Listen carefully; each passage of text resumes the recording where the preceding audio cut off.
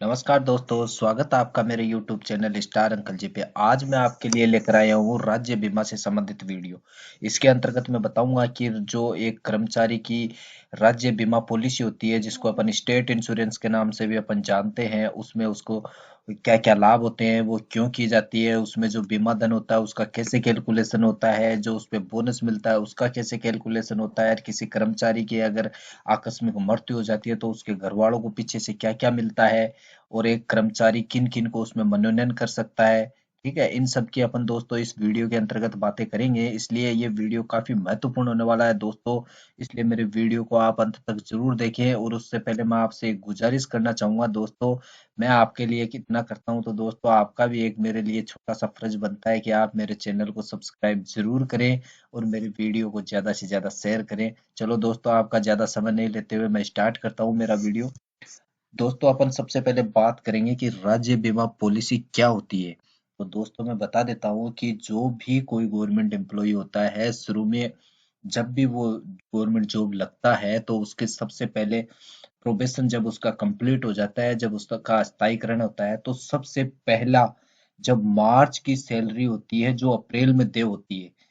ध्यान से समझना दोस्तों, जो मार्च की सैलरी होती है जो अप्रैल में दे है, मतलब मार्च मंथ की सैलरी 1 अप्रैल को दे होती है, उस सैलरी से उसका एक राज्य बीमा प्रीमियम की कटौती होती है।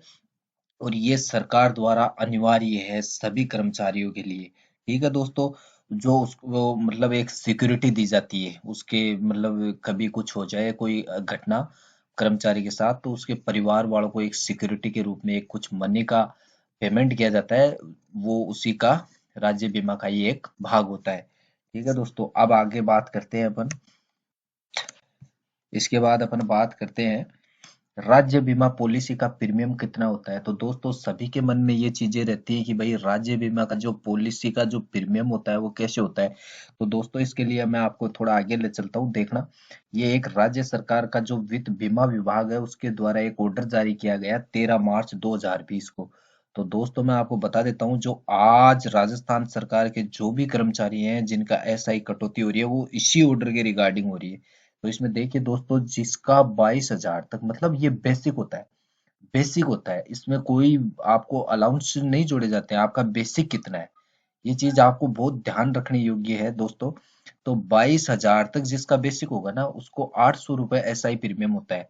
और 22,001 से लेके 28,500 तक 1,200 रुपए एसआई प्रीमियम होता है। तो दोस्तों ये जो टेबल दी गई है ना, ये तो स्लैब के अनुसार अनिवार्य है, परंतु कोई कर्मचारी चाहे कि मैं इससे ज्यादा कटवाना चाहता हूँ, तो दोस्तों होता क्या है, जैसे 22,000 वाला है उसको 800 सरकार ने दिया है, तो इसको दो स्टेप आगे ले सकता है, वो 12 से लेके 2200 तक, मतलब 2200 वो कटवा सकता है। ठीक है, दो स्टेप आगे। तो जिसका 2200 होता है वो 5,000 कटवा सकता है, जिसका 3,000 होता है वो अधिकतम 7,000 कटवा सकता है। तो इस प्रकार दोस्तों आप दो स्टेप आगे भी लेके अपना प्रीमियम भुगतान कर सकते हो। इसके बाद अपन बात करते हैं दोस्तों, राज्य बीमा पॉलिसी लेने से फायदा क्या होता है। तो दोस्तों राज्य बीमा पॉलिसी लेने से फायदा, कर्मचारी को बहुत सारे फायदे होते हैं, जैसे उसको इनकम टैक्स में भी छूट मिलती है, उसको समय समय पे लोन भी मिलता है, उसको सरकार बोनस भी देती है समय समय पे। और अगर कोई अनहोनी घटना हो जाए तो उसको जो पीछे वाले उसके घर वाले होते हैं उनको कुछ बीमा धन देती है। तो ये कर्मचारी को फायदे होते हैं जिनकी बात अपन आगे करेंगे। ठीक है, राज्य बीमा पॉलिसी में बीमा धन की गणना कैसे करते हैं। दोस्तों बहुत इंपॉर्टेंट चीज है, किसी भी कर्मचारी को पता नहीं होता है कि इसके अंदर जो हमारा बीमा धन है वो कैसे गणना की गई है।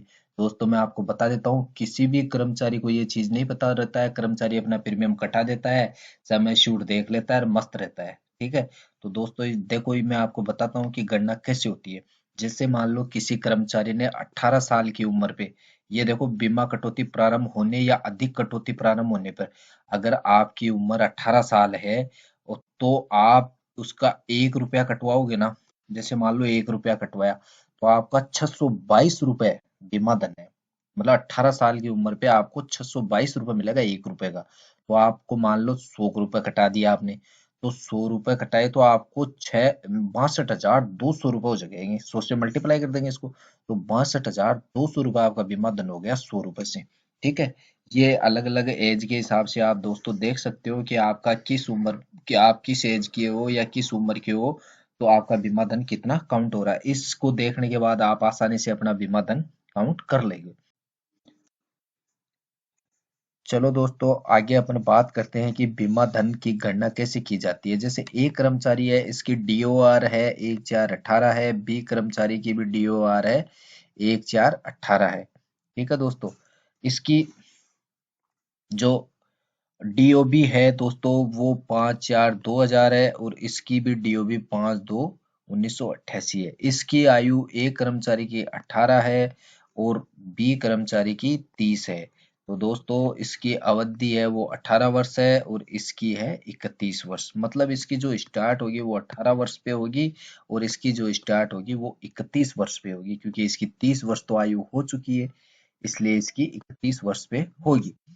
प्रीमियम है इसका 1300 है, इसका 3000 है। ठीक है, डेट ऑफ मेच्योरिटी होगी इसकी 61 में होगी, इसकी 48 में हो जाएगी। बीमा फैक्टर मतलब मैंने आपको पीछे वाली सारणी में ये देखो दिखाया था, 18 वर्ष पे 622 रुपए 1 रुपए के होते हैं, तो इन्होंने 1300 को मल्टीप्लाई अपन कर देंगे तो 8,08,600 रुपए इसका बीमा धन होगा। इसी प्रकार से 381 देखो, 31 वर्ष पे 381 दिखा रहा है दोस्तों, तो इसको अपन मल्टीप्लाई कर देंगे 3000 से, तो 11,43,000 रुपए इसका बीमा धन होगा। ये प्रति वर्ष बोनस है, ये मैं आपको आगे बताऊंगा कैसे होता है। ठीक है, तो ये था दोस्तों, मैंने आपको बताया कि आप बीमा धन कैसे गणना कर सकते हो, तो इसके बाद आप आसानी से अपना बीमा धन गणना कर पाओगे। ठीक है, अब आगे अपन बात करते हैं राज्य बीमा पॉलिसी पे बोनस कितना मिलता है। ये मैंने आपको यहाँ पे बोनस दिखाया, इसके लिए अपन बात करते हैं कि कितना मिलता है, कैसे मिलता है। चलो दोस्तों आगे बात। राज्य सरकार द्वारा राज्य बीमा पॉलिसी पर प्रतिवर्ष बोनस की गणना की जाती है। बोनस की घोषणा प्रति हजार बीमा धन के आधार पे होती है। मतलब 1000 रुपए पे आपको कितना बीमा धन मिलेगा, इस हिसाब से होती है।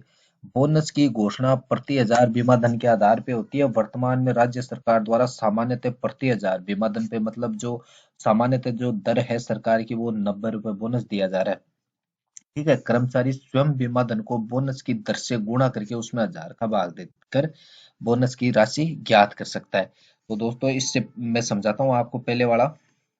इसके अंदर देखो, जो अपन ने 72,774 रुपए इसका बोनस लिया है ना, इसको अपन क्या करेंगे, ये 8,08,600 रुपए को आप इसको 90 से मल्टीप्लाई करोगे, 90 से।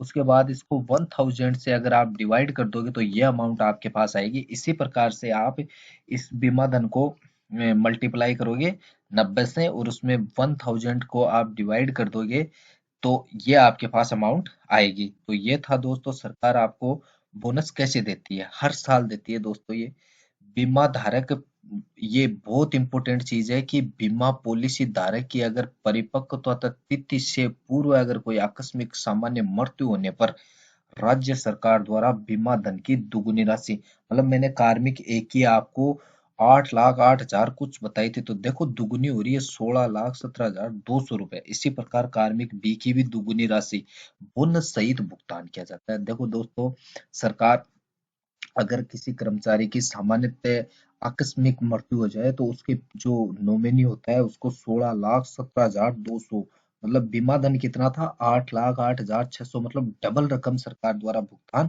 की जाती है। इसमें बहुत इंपॉर्टेंट चीज है, चाहे कार्मिक की मृत्यु प्रथम माह का प्रीमियम अदा करने के बाद ही हो जाए तो भी सरकार आपको डबल प्रीमियम देगी।